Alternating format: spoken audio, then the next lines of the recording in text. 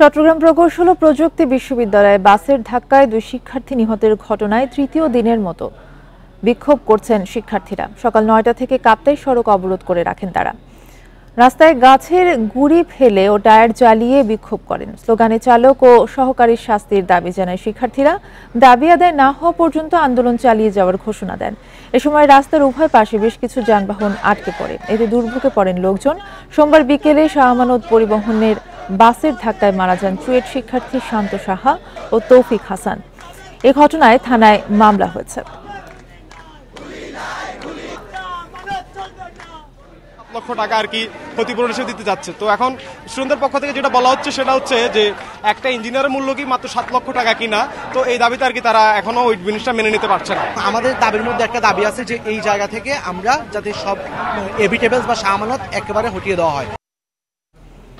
সড়ক দুর্ঘটনায় চুয়েটের দুই শিক্ষার্থী নিহতের ঘটনায় তৃতীয় দিনের মতো শিক্ষার্থীদের কাপ্তাই সড়ক অবরোধ। এই বিষয়ে কর্মসূচির নিয়ে কথা বলছেন বিক্ষুব্ধ শিক্ষার্থীরা। আমরা সরাসরি চলে যাচ্ছি সেখানে।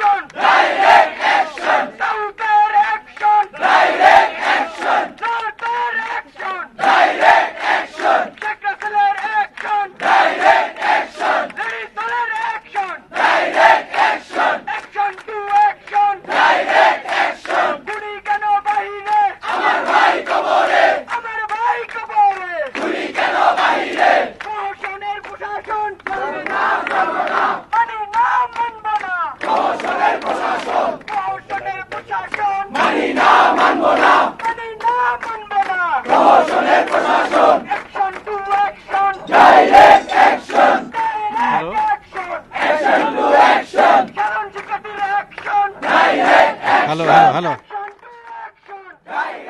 কোথায় আমি লাইভ আছে এখন?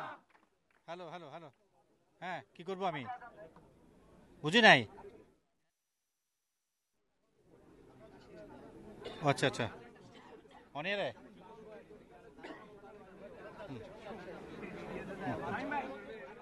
আপনারা আসলে যেটি দেখছিলেন সেটি হচ্ছে কিছুক্ষণ আগে চুয়েটের যারা আন্দোলনরত শিক্ষার্থী রয়েছে তারা এই সংবাদ সম্মেলন করেছে। সেই সংবাদ সম্মেলন থেকে বেশ কিছু দাবি দাবা তারা দিয়েছেন। আপনি দেখতে পাচ্ছেন যে আসলে শহীদ মিনারে তারা জড়ো হয়েছে। তারা একটি প্রধান দাবি দিয়েছেন, সেটা হচ্ছে আজকে দুপুর 2টার মধ্যে যারা রয়েছেন শাহ আমানত পরিবহন রয়েছে, সেই শাহ আমানত পরিবহন কর্তৃপক্ষের সঙ্গে চুয়েটের যে প্রশাসন রয়েছে তাদের সঙ্গে একটি বৈঠক করতে হবে এবং সেই বৈঠক থেকে একটি সুন্দর সুরাহা তারা চান। পাশাপাশি যে দুজন শিক্ষার্থী মারা গেছেন সেই দুজন শিক্ষার্থীর জন্য নিজের পক্ষে 2 কোটি টাকা করে 4 কোটি টাকা তারা ক্ষতিপূরণ চেয়েছেন।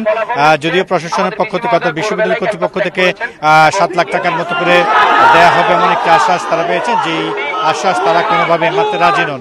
আপনি দেখতে পাচ্ছেন যে আসলে বিক্ষুব্ধ শিক্ষার্থীরা এখন তারা বক্তব্য রাখছেন এবং কতটুকু সত্য সে ব্যাপারে আমরা আসলে জানি না।